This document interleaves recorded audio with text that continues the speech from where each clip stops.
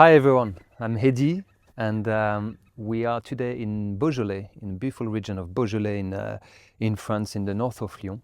We are mid-February, it's quite a nice day. Last couple of weeks have been a bit chilly compared to today, but yeah, on days like this we start to feel spring in the air and it's rather lovely. I am starting this channel because the last couple of years I felt a massive interest into learning to grow my own food for my family and I. And we've been lucky recently to get a house with my wife. I always found that very noble to be able to grow food from the ground for yourself, for your family, to feed your family, to know where your products are coming from. I've always been drawn into eating well. I always loved finding simple ingredients and cooking something delicious out of it. I'm a period in my life where I do feel like the simplest things are the most important things. So all of my gardening journey is gonna be very much based around the principle of permaculture. I resonate pretty well with permaculture. I've discovered this a couple of years ago. I found some very good YouTubers, very good gardeners in the UK, in France, which I took inspiration from. And I will share all of those channels here in the description because I think it's important to share the knowledge. So basically the idea of this channel is definitely to show what it is like to start from scratch with basic knowledge, to hopefully getting somewhere where you can feed your family with just a couple of crops. It can be like just some tomatoes and carrots for this season. That would be already great. I don't want to put too many expectations into that journey.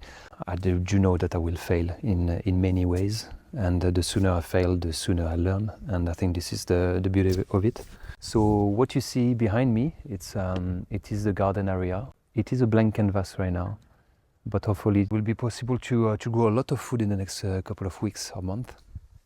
I'm gonna tell you in this video a bit about the raised bed, how I've done them. I'm gonna show you where I want to do some potatoes in container. Actually, I want to show the compost area, because the compost area is definitely the most crucial part of the garden in permaculture.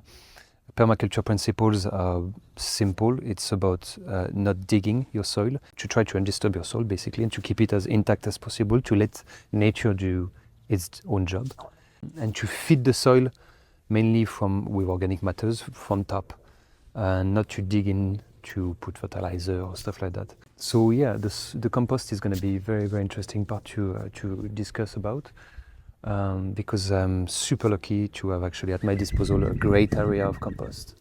I have also built this polytunnel a couple of days ago, where I'm going to cover it today, and because I want to start sowing very soon. I have a couple of crops I want to put into that polytunnel, such as tomatoes, aubergine, and basil, for example. But yeah, to start any sowing, I think would be a great place as well. Super excited by this journey. I think it's going to be a great experience. Gonna spend some time outside, in nature, looking at things growing, plants, flowers, fruits. I mean, it fills my heart, like it makes me truly excited. Yeah, I think I embark in a great journey. Would love to hear from you guys, to hear from where you're listening this video. If you are doing some gardening already, where you are at, if you're at the beginning of it, or if you are much further down the line. If you like permaculture, if it's a principle you follow, if there's other technique I should be aware of. And voila. As I'm saying, I want to be transparent, I want to share everything. So I'll put a lot of links in the description from all the inspiration I have, all the techniques where I'm picking them up and everything. I'm not inventing anything. I'm just gonna pick things that resonate with me and see where it takes me. So yeah, super excited about that. So this is the very first raised bed I've done.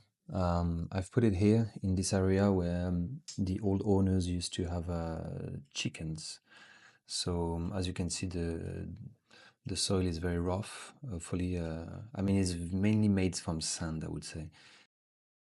But hopefully the grass will grow again very soon. So this is the very first raised bed. Picked up from pallets. The wood is all from pallets. I've picked up things a bit of everywhere, like the nails are from my dad. And I just bought a hammer basically and a couple of tools that I will show you later. But this one is roughly a meter by meter, meter 10 maybe. And it's very basic. It's not very well done. I doubt it will last very long. Then I've jumped onto this one, which I wanted to make it a bit larger than the first one. Roughly 3 meters by 1.2, which allows me to, from one side to the other, to pick up to the middle of the raised bed. I think it's a very convenient size, and from what I've read online. And then this one is the third one I've done, which is also with some bits and pieces of palette. Do not judge me. It's not the best looking raised bed, but hopefully they will do the job. So I filled them up with the compost that I will show you later. Same here, little piece of wood that I had left, so I decided to make a small one, probably for garlic, onions, or I don't know yet. We'll see. And this is the last one. This is a great friend of mine, I mean, my neighbor and a friend who kindly gifted me this wood, uh, which is great wood, very thick. It's probably a 3 centimeters thick, 3 meters by 1.2 as well, and very pleased with this one. Much more deep than the other one, so a lot more compost needs to go in. I mean, there's a bit of everything in it. I need to refine it, I believe, before to sow into it. And this is the Polytunnel I just built a couple of days ago. I'm not too sure I'm gonna keep it here because it's pretty windy in that corner of the garden, so I might move it somewhere else. Let's see. Here we are with the containers I've bought for the potatoes. I've decided to do the potatoes in containers because from experience I know they can take a lot of space. Also when you harvest them you can easily damage the other crops around. So here you just need to empty them and here you go. So very convenient. Can't wait to see what we're gonna harvest with those containers. There are 7 in total. Here is the view from top of the garden, and I decided to make it as a plan to help myself to organize all the sowing and the crops that I'm gonna do. I will explain that later as well. The compost is actually the best thing I have here because the old owners used to throw out all of their waste, food waste as green waste and trees and stuff that they were cutting around the garden.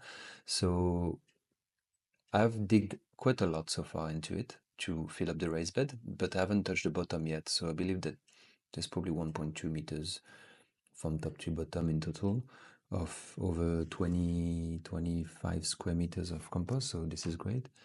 But I've seen some problem with, I found some fertilizers.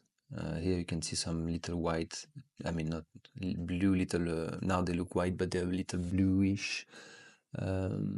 Basically, I don't know what's gonna do to the compost. I don't know if it's gonna be very, if it affects it or not, because I really want to have something as organic as possible. But I removed most of it, so I think that now it should be fine. But I'm gonna have to find a rotating way to do things because I have 2 access from it. I'm gonna keep filling up the compost from one side and start to empty it from the other side. And let's see how long it lasts. I was saying that I made the raised bed by myself. I didn't want to buy stuff at the beginning. And let me tell you something, it takes some time and effort to remove all the nails from a pallet, to redo it as a raised bed, to fix them together. It's quite physical. And now I'm thinking that I've seen online some raised bed that you can buy, second-hand one, and they are all planks that you can fix together very easy, and it costs like 15, 20 quid, 20 euro each. I think on the long term it might be the best solution. So the journey from the compost to the garden is quite long. I probably have something like 100 meters uphill to go, and with the wheelbarrow. Oh, here it is. It's proof that the compost is alive. I found quite a lot of worms actually, so that's a good thing. It doesn't sound far like this, but once you start to do 10, 15 wheelbarrow, a couple of hours, it's a good workout for the legs for sure.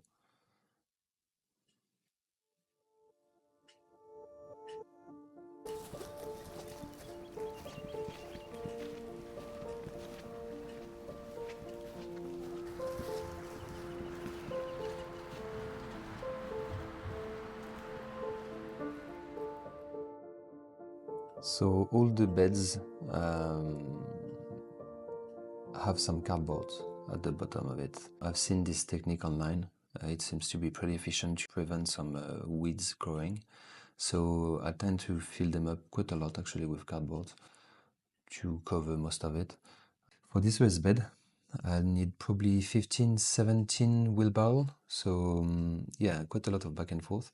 But because I'm gonna plant directly into the compost, I need quite some depth. Here I will probably make some carrots and other veg that need some deep roots. I'm very pleased with the look of it, and the compost is, in my opinion, so far it looks very good. I will have to put some refined one on top just to make sure that everything looks great. The polytunnel is super important. I've put it here at the moment, but as I was saying, I'm not sure that it's gonna stay here because of the wind. I intend to do exclusively inside tomatoes, aubergine and basil. I will also keep a small area for the seedlings. So the whole thing is 3 meters by 3. It's quite decent, but it's not a massive polytunnel. Yeah, I intend to start very soon because the weather should get better, hopefully in the next couple of weeks. So about the seeds, I've been lucky enough to be spoiled around Christmas time. My family-in-law had a great idea to give me some seeds from Tamar Organic. I have a nice selection here with some climbing bean, tomato, basil, kale, two sorts of kale, the black magic and the red board F1, aubergine, sweet corns, wildlife flower and chamomile. I also bought myself from Tarpin Chavet, a French brand, some beetroots, spinach, thyme, courgette and garlics. And then obviously I tried to grow some food before, so I still have some coriander and lettuce, aubergines, broccoli. I bought also yesterday some melon. That is an interesting one, and I really can't wait to try this one. Some leeks, obviously, wildflowers I have here, which I think is going to be nice because the goal is to have as much as wildflowers as possible around the garden. I think that if I can attract the pollinator, it can be only helpful on a long term. I actually yesterday bought this big pack of seeds to attract pollinators. This I will have to throw them in the garden from March. They should be 70 to 80 centimeters. It's 400 square meters, yeah. So the goal would be to have quite a vast area of flowers all around the garden, because if one day I can also have bees, that would be wonderful. I also bought those onions like that in a bag. So I think by early next week, I will be planting some onions, some garlics, some aubergine, also a lot of beans and peas. So I'll keep you posted, and probably in the next video you will see me starting to fill up the raised bed. But I'm gonna start to sow first inside, just to have like strong enough plants then to be able to transfer. And yeah, we're gonna start this way. Well, thank you very much for your time. Hope you enjoyed the tour. A lot to learn about, a lot to do. It should be a very interesting journey. Feel free to like and subscribe if you would like to be part of that journey. And please feel free to share also some of your experience and where you are at, what you're doing. I'm quite interested, especially right now. There's a lot to do in the next couple of weeks and months. I believe by end of February I would have planted a few things. I mean, at least started to sow, and by March maybe to transplant some in the raised beds. It should be quite busy for the next couple of days, weeks. Hopefully you will see me again soon. Thank you very much. À bientôt.